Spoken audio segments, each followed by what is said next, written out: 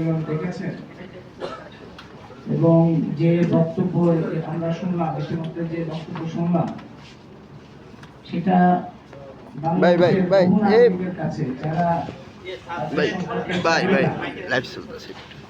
তাদের অনেকের কাছে অবিশ্বাস্য মনে হয়। গ্রামীণ ব্যাংক একটা আন্তর্জাতিকভাবে পরিচিত প্রতিষ্ঠান, আন্তর্জাতিকভাবে তার সুখ্যাতি আছে। নোবেল পুরস্কার পেয়েছে গ্রামীণ ব্যাংক, নোবেল পুরস্কার পেয়েছে শান্তিতে।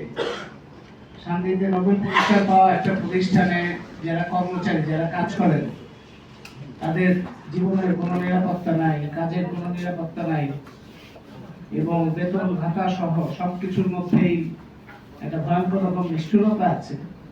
এটা বাংলাদেশেরও অনেক মানুষ জানে না, আন্তর্জাতিকভাবেও বহু মানুষ জানে। এবং সেটা একটা অবিশ্বাস্য ব্যাপার হবে যে এরকম একটা খ্যাতিমান প্রতিষ্ঠানের কিভাবে এরকম অনিয়ম এবং বৈষম্য চলতে পারে। তাও এটা 6 মাস, 1 বছর, 2 বছরের ব্যাপার না, 32 বছর ধরে চলছে এই অনিয়ম এবং বৈষম্য।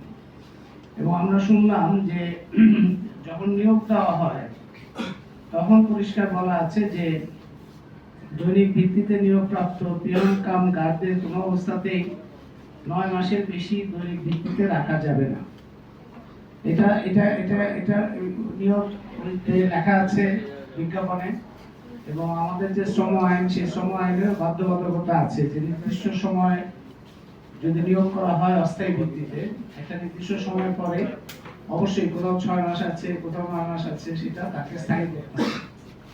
এগুলো 32 বছর ধরে কিভাবে এরকম একটা অনিয়ম চলতে পারে? এবং গ্রামীণ ব্যাংকের সাথে সরকারের সম্পর্ক আছে, তার অংশীদারিত্ব আছে। তার মানে গত 32 বছর যত সরকার ছিল ক্ষমতায়, প্রত্যেকটা সরকারকে এই দায় দিতে হবে যে তারা একটা বড় ধরনের অন্যায় করেছে। এবং এই গ্রামীণ ব্যাংকের নাম বাংলাদেশে শুধুমাত্র গ্রামীণ ব্যাংকের কর্মকর্তা কিংবা মোহাম্মদ ইউনূস না, বাংলাদেশের বিভিন্ন সরকার এই নামটাকে ব্যবহার করেছে। কিন্তু তারা এই ব্যাংক যাদের উপর দাঁড়িয়ে আছে, যাদের কাজের উপরে গ্রামীণ ব্যাংক পরিচালিত হচ্ছে, তাদের প্রতি অবিচার, অন্যায় এবং এই অত্যাচারটা করেছে। এই দায় দায়িত্ব এই 32 বছরের সকল সরকার থেকে। এখন অন্তর্বর্তী সরকার এসছে ক্ষমতায়, এর মধ্যে একটা বড় ধরনের গণঅভ্যুত্থান হয়েছে। সেই গণঅভ্যুত্থানে বাংলাদেশের বিভিন্ন অংশের মানুষ অংশগ্রহণ করেছেন। গ্রামীণ ব্যাংকে যারা কাজ করেন তারাও অংশগ্রহণ করেছে। সেই অংশগ্রহণের মধ্যে দিয়ে যে পরিবর্তনটা হয়েছে, সেই পরিবর্তনের প্রধান আকাঙ্ক্ষা হচ্ছে একটা এমন একটা রাজনৈতিক অর্থনৈতিক ব্যবস্থা করা যেটা বৈষম্যহীন হবে, যেটা গণতান্ত্রিক হবে, যেটা অন্তর্ভুক্তিমূলক হবে। কিন্তু এখন পর্যন্ত গত 6 মাসে আমরা এই যে আকাঙ্ক্ষা কিংবা প্রত্যাশা, তার সাথে সঙ্গতিপূর্ণ যে সমস্ত পদক্ষেপ নেওয়া দরকার, সেটার ক্ষেত্রে একটা বড় ধরনের ঘাটতি দেখছি। এবং তার একটা বড় উদাহরণ হচ্ছে এই গ্রামীণ ব্যাংক। এখন আমরা বিভিন্ন সময়ে রাস্তাঘাটে বিভিন্ন সমাজের বিভিন্ন অংশের মানুষ আন্দোলন করছেন, দাবি দেওয়া নিয়ে নামছেন। তাতে সরকারের মধ্যে থেকে এরকম কথা হচ্ছে যে আমরা কিভাবে কি করব, এত দাবি নিয়ে সবাই আসছে, আমরা করবো কি? কিন্তু খেয়াল করলে দেখা যাবে মিডিয়াতে, পত্রপত্রিকাতেও ঠিক মতো খবরগুলো আসে না যে আসলে দাবিগুলো কি এবং কেন তারা রাস্তায় আসছে। কি শখের বসে রাস্তায় আসলো সবাই?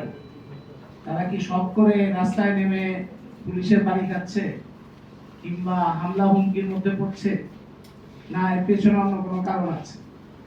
দেখা যায় বেশিরভাগ ক্ষেত্রে, অধিকাংশ ক্ষেত্রে এই যে সমস্ত দাবিগুলো নিয়ে মানুষজন রাস্তায় আসছে সেগুলো খুবই ন্যায্য। এবং এগুলি রাস্তায় আসার কারণ হচ্ছে যে তারা রাস্তায় আসার আগে তারা আবেদন করেছেন, স্মারকলিপি দিয়েছেন, কথাবার্তা বলেছেন, লেনদেন করেছেন, অনুরোধ করেছেন, বিভিন্নভাবে কাকতি মিনতি করেছেন, কিন্তু কোনোটাতে কোনো কাজ হয়নি। আমাদের এই গত 32 বছরে আমরা যা দেখেছি সেটার কোনো পরিবর্তন হয় নাই। এই রকম একটা বৈশিষ্ট্য সরকারের, যে সরকার বলে যে প্রতিষ্ঠানটা আছে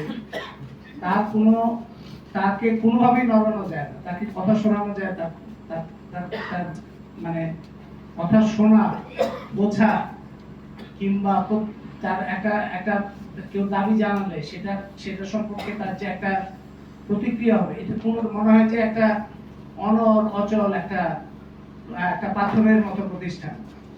মানুষজন কথা বললে কেউ শোনার নাই, কেউ বোঝার নাই, কেউ দেখার নাই।